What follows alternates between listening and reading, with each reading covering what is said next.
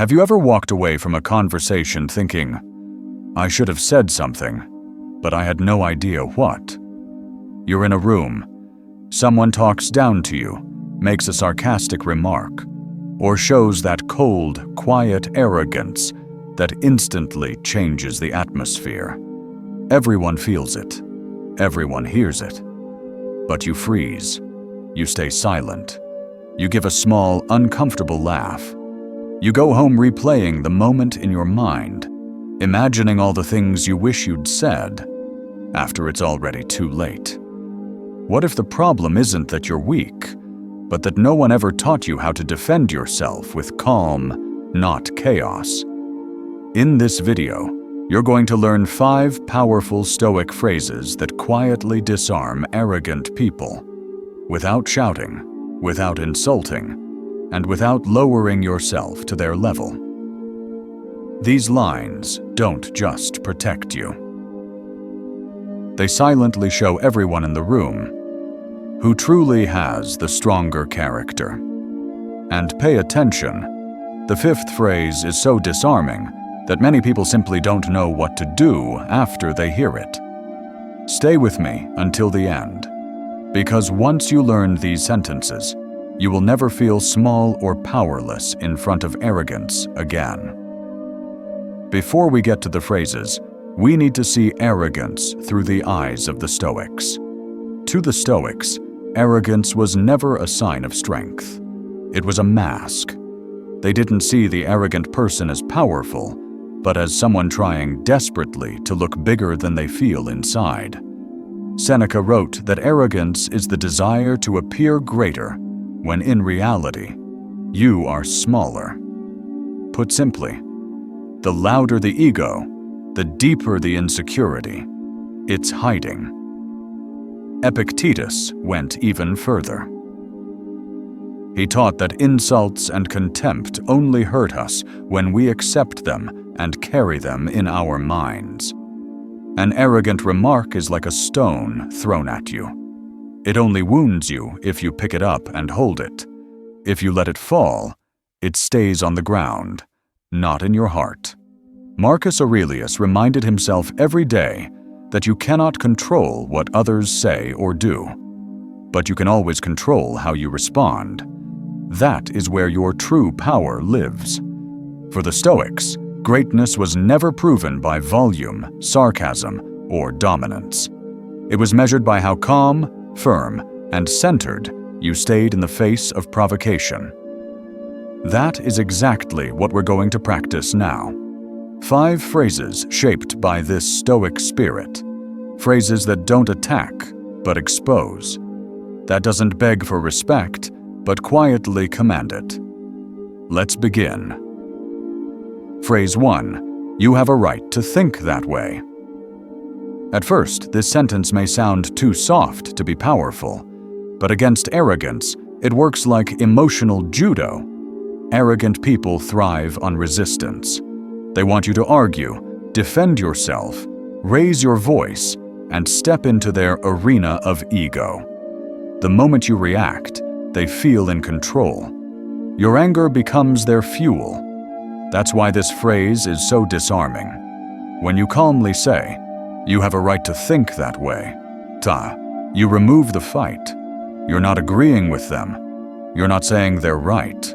You're simply acknowledging that they are free to have their opinion, and you are free not to be ruled by it. In Stoic terms, you're separating what belongs to you from what does not. Their thoughts, their judgments, their pride, that's theirs. Your reaction, your composure, your peace, that's yours. Imagine a meeting where someone dismisses your idea with a condescending tone. Everyone expects you to defend yourself, to push back, to get emotional. Instead, you hold their gaze and say calmly, "You have a right to think that way." And then you stop talking. The tension drops. The performance loses its fuel. Without attacking anyone, you've revealed something very simple. They needed to prove themselves. You didn't. This first phrase takes the air out of direct contempt. The next one is for when arrogance tries to sound clever, superior, or too smart for everyone else. Phrase 2. That's an interesting point. You've given me something to think about. On the surface, this almost sounds like a compliment, and that's exactly why it confuses arrogance so deeply. The arrogant person expects resistance. They are ready for rejection, criticism, or a counterattack. Their armor is built for conflict. When you respond with calm curiosity instead of aggression, you remove the battlefield from under their feet. This phrase doesn't mean you agree with them. It means you refuse to be dragged into a childish power struggle. You're sending a quiet message. I heard you. I am not threatened. I will decide what to do with your words on my own time. That level of composure is deeply unsettling to someone who feeds on drama. The secret is in your tone. No sarcasm, no eye-rolling, no sharp edge, just steady calm. When you say, "That's an interesting point. You've given me something to think about," you subtly flip the roles. They wanted to be your attacker. You've turned them into just another piece of information that you'll evaluate when you choose. You keep your authority. Seneca taught that harsh attitudes can be softened by reason. This phrase is reason in motion. Imagine someone tries to embarrass you with a clever comment in front of others. Everyone waits for you to snap back. Instead, you let a small pause hang in the air, and you say, "That's an interesting point. You've given me something to think about." The room feels the shift. The one truly in control is not the loudest voice, but the calmest mind. And sometimes, the most powerful thing you can do is not to respond faster, but slower. Phrase 3. I'd prefer to hear more before I respond. This phrase is like an invisible shield. Arrogant people love speed. They rely on quick attacks, sharp comebacks, and pressure to dominate the conversation. They feel strong when they can force you to react without thinking. When you say, "I'd prefer to hear more before I respond," you break that rhythm completely. You're doing something deeply Stoic. You reclaim time. Instead of letting the other person dictate the pace, you slow everything down. You send a clear message without explaining it. I don't answer on command. I answer when I decide. This is not a submission. It is a strategy. By choosing to listen more, you force the other person to expand, explain, and reveal more than they planned. Very often, arrogance loses its power when it has to keep talking. Marcus Aurelius taught that our power lies in our response, not in their words. This phrase is taught in one line. Picture a heated discussion. Someone is raising their voice, acting as if they've already won. You wait. You breathe. Then you say, "I'd prefer to hear more before I respond." Suddenly, you're no longer the cornered target. They are performing. You are observing. You've moved from a reactive role to the role of the quiet judge of the situation. And even when the tension drops, arrogance often hides behind one last illusion. My view is the only correct one. That's where the fourth phrase shines. Phrase 4. It's interesting how everyone sees the world differently. This phrase sounds soft. Underneath, it is extremely precise. Arrogant people secretly believe, my view is reality. They don't speak as if they're sharing an opinion. They speak as if they're delivering a verdict. Their tone says, I'm right, you're wrong. End of story. When you answer with, it's interesting how everyone sees the world differently. Traitors, you don't attack. You don't submit. You don't defend. You reframe the entire conversation. You remind everyone, including the arrogant person. That's what they just said is not a universal law. It's just one perspective. This line opens a window. Without confrontation, it says, "There are other ways to see this. Yours is only one of them." Epictetus taught that it's not things themselves that disturb us, but our interpretation of them. This phrase is that principle in action. It gently exposes what they call truth is often just their interpretation, shaped by ego, fear, and habit. Imagine a colleague, friend, or family member who insists their view is the only intelligent one. Instead of debating every detail, you let them finish and simply say, "It's interesting how everyone sees the world differently." If they keep pushing, they begin to look rigid and insecure. You remain calm, spacious, and grounded. You didn't crush them. You just refuse to live inside their version of reality. But sometimes, there's a final level of arrogance, when someone is so desperate to feel above you that the only winning move is to leave the game entirely. Phrase 5. If that makes you happy, then that's fine. This is the quiet finishing move. The earlier phrases neutralize arrogance step by step.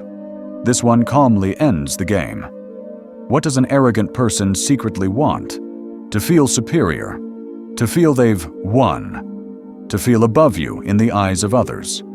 Their whole performance is built on that need. When you respond, "If that makes you happy, then that's fine," you expose that need without attacking it. You are essentially saying, "If behaving like this gives you some sense of victory, you can keep it. I'm not interested in playing." There is no argument left, no battlefield. You've refused to join the contest, and that's exactly why you win. This phrase holds a core Stoic truth. Nothing has power over you unless you give it importance. Marcus Aurelius trained himself never to let his peace depend on someone else's behavior. When you show that their arrogance doesn't even reach the level of something worth fighting, it loses value instantly. Imagine a coworker constantly trying to prove they are better than you. Small jabs, constant comparison, subtle competition. Everyone can feel it. You look at them and say calmly, "If that makes you happy, then that's fine." For a moment, there is silence. People understand. You weren't defeated. You simply stepped beyond the need to compete. Now look at all 5 phrases together and notice something important. None of them is really about the other person. They are about you. You have a right to think that way. Shows maturity. You separate their opinion from your worth. That's an interesting point. You've given me something to think about. Replaces resistance with reflection. I'd prefer to hear more before I respond. Proves that you command time and rhythm. You don't respond on demand. It's interesting how everyone sees the world differently. Quietly destroys the illusion that their perspective is the absolute truth. If that makes you happy, then that's fine. Steps out of the entire ego game and shows how little their false superiority matters to you. These are not just clever lines. They are the voice of someone who has decided not to be dragged into every ego battle they're invited to. Someone who understands that real power is not making others feel small, but never allowing them to make you smaller than you are. In the end, the real question isn't, how do I shut arrogant people down? The deeper question is, who is truly in control here, their ego or my mind? You cannot stop people from showing off, from belittling you, or from trying to put you in your place.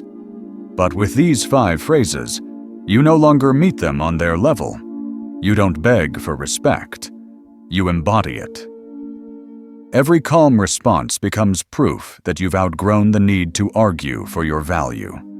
Remember this: the arrogant person needs the stage, needs the fight, needs the feeling of victory. You don't. When you use these lines with clarity and composure, you send a quiet message. My piece is not available for your game. If this way of seeing arrogance helps you, not as something to fear, but as something you can handle with intelligence and grace, share this video with someone who is tired of feeling small around loud egos. And if you want to keep building this calm, unshakable inner posture, subscribe to Stoic Ether. Here, we sharpen your words, your reactions, and your mindset, so that the next time arrogance walks into the room, you are already prepared.